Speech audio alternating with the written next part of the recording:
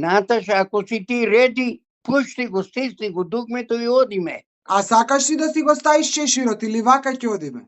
Слушај, Наташа, повод нека биде, овој шешир што го носи Чичко Дончо, заради македонските војводи и во знак на почит према Джина Симоновски Кирил, најголемиот македонски фудбалер. Чичко Дончо, малкумина те познаваат, иако јас лично те познавам и без шешир, кога беше селектор на нашата репрезентација, на македонската репрезентација, имаше моменти каде што има и фотографии од тоа време каде што не носи шешир, но подоцна ретко кога може да те види човек без шешир. Може ли да кажеш, зошто го носиш тој шешир? Што значи тоа за тебе? Шеширот во знак на почит према војводите, скоро сите војводи, 90%, 95% носеле шешири Гоце Делчев и Джина Симоновски, најдобриот фудбалер наш и тренер, и заради почит према нив и јас шеширот почнав да го носам. Така да тоа ми е и ден денес јас носам шешир низ ова Австралија, низ Мелбурн, сакам да речам, и тамо во Скопје.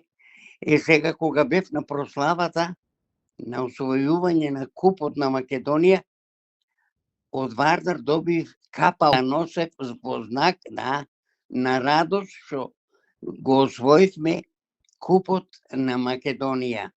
И јас многу се радувам за тоа. Дадов и ја мал придонес, би рекол, секоја почит и на Гоце Седловски, и он излезе јунак со Вардар, што го водеше, што го дотера до врвот. Меѓутоа и јас со моето присуство, со моето искуство, со моето храбрење пред надпреварот, со моето бодрење, придонесов да играат добро играчите, да играат сигурно, и мислам дека една од многу јаките адути на Вардар беше тоа што дојде во ситуација сам да си ја избори победата, а не да не му дозволи на Струга, макар да Струга исто така играше добро. Јас со почит сум голема према бившиот, сега мислам дека не е веќе тренер на... Не, така. Илчо Ѓоргиевски. Да, Илчо Ѓоргиевски. Меѓутоа, се покажа дека не само по головите, туку се покажа во текот на целата игра дека беа спремни играчите да го добијат тој надпревар и да се закитат со тој пехар. Чичко Дончо, ти си буквално жива приказна, значи некои работи не раскажани, некогаш не дошло момент, некогаш не знам од која причина, ама навистина треба овие работи да останат запишани, да останат забележани. Посебно работите кои што ние помладите не ги паметиме. Има некои што ги паметат, но има некои работи кои што се толку поодамна, а вредат да останат забележани во македонската фудбалска историја како вистини, да кажам. Наташа, па тоа е и причината што живеам јас да дојдете во ситуација ваков интервју да ми правите. Така е, Чичко Зато да знаете многу работи. Така е, Чичко Дончо, така е. Сакам сега да те... Повели. Од мојот спортски живот еден многу важен момент, сакам да кажам. Го сакав многу планинарството. Јас во текот на неделата минимум 2 пати одев на водно, пешки на водно, и се враќав и поручав да одев на тренинг на Вардар. И го имам еден Павле Илиевски професор, беше по физичко образование, и со него тој ми беше десна рака. Тој ме тераше со точак да одиме до вратница и да се вратиме и да одам на тренинг. Меѓутоа, исто така еден важен момент за мене е, има куче ја Лајка бело, пудлица. Аха, Тоа аха. многу беше мило куче и јас топка си имав, фудбал, и на игралиште ќе одев на сабали кога нема никој, и како тренинг го имав, ја имав Лајка, трчаше по фудбалот, јас ја дрибла, она ми одзимаше топката. Така да сите оние изненадни дриблинзи што ги правев, Аха. ги стекнав за време на тоа, би рекол, тренирање условно со Лајка, и тоа дружење многу со ми Лајка. помогнало. Така, дружење со Лајка, така е. Како дете родено во Кавадарци, ме интересира причината заради која што доаѓаш во Скопје. Која е причината поради која што доаѓаш? Причината е, Скопје се ослободи и моите две постари сестри беа првоборци, Вера и Нада. И имаа куќа во Скопје добиено. И они не земаа мене, мајка ми, татко ми во Скопје да живееме. Кај парк имаше една еврејска куќа останата празна. И јас символично сум доден на 19 ноември 44 во Скопје. Не повика, не зема, сестрите не зема, и татко ми и мајка ми. Така. И од тога сум ја во Скопје. И јас куќата ден денес не стои, на тоа место направи еден голем хотел. Парк, ја на сабали си го гледав. Гоце Делчев споменикот, и кој се качев на балкон, там беше на 2 спрата, кој се качев, гледав по старите Вардарови фудбалери, кога тренира, и јас одев тоа што кажав, одев со тие фудбали што беа со биловска кожа, да ги враќам назад. Така. И модрици да добија на глуждовите. Што мајка ти ги има лекувано со сол, со кромит и со мрад. Да, сол, така е. Кромит, вруќа вода. Така е. И ми ги спремаше нозете за утре дента. Инаку, јас сум голем љубител на планинарење. Да, на планинарење, да кажат, да. Не знам колку пати сум се качал во Скопје, се разбира, до врвот, оттаму сум одел до Матка и со автобусом се враќал во Скопје. Тоа било се во склоп на тренинзи.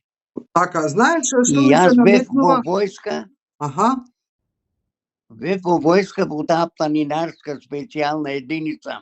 Така. Така да, овие Алпите јас ги прошетав во Словенија.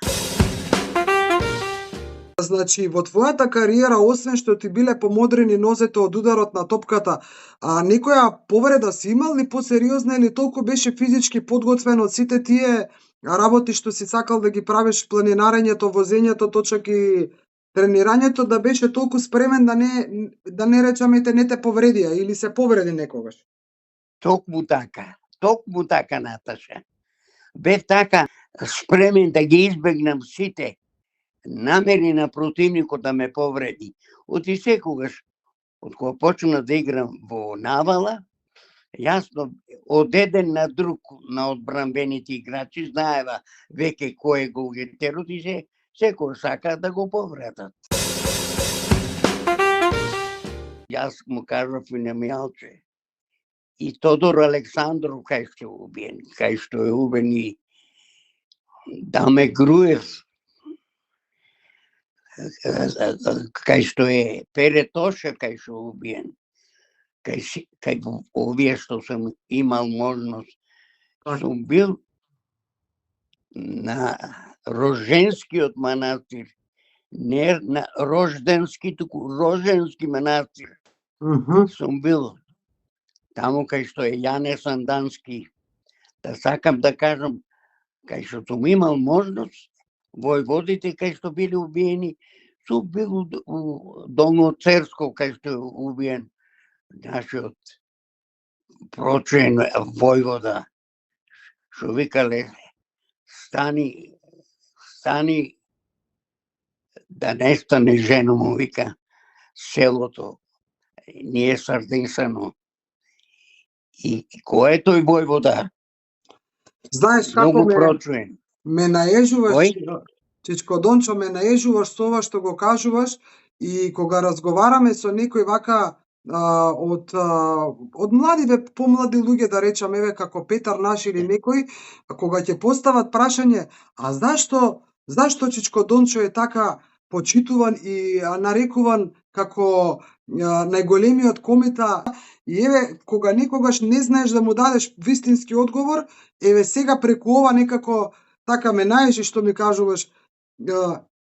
Ете од каде е дојдено за Чичко Дончо, некои етикети што ни се лепат во текот на животот и некои надимаци, да ги наречам, имаат причина зашто се и од каде доаѓаат.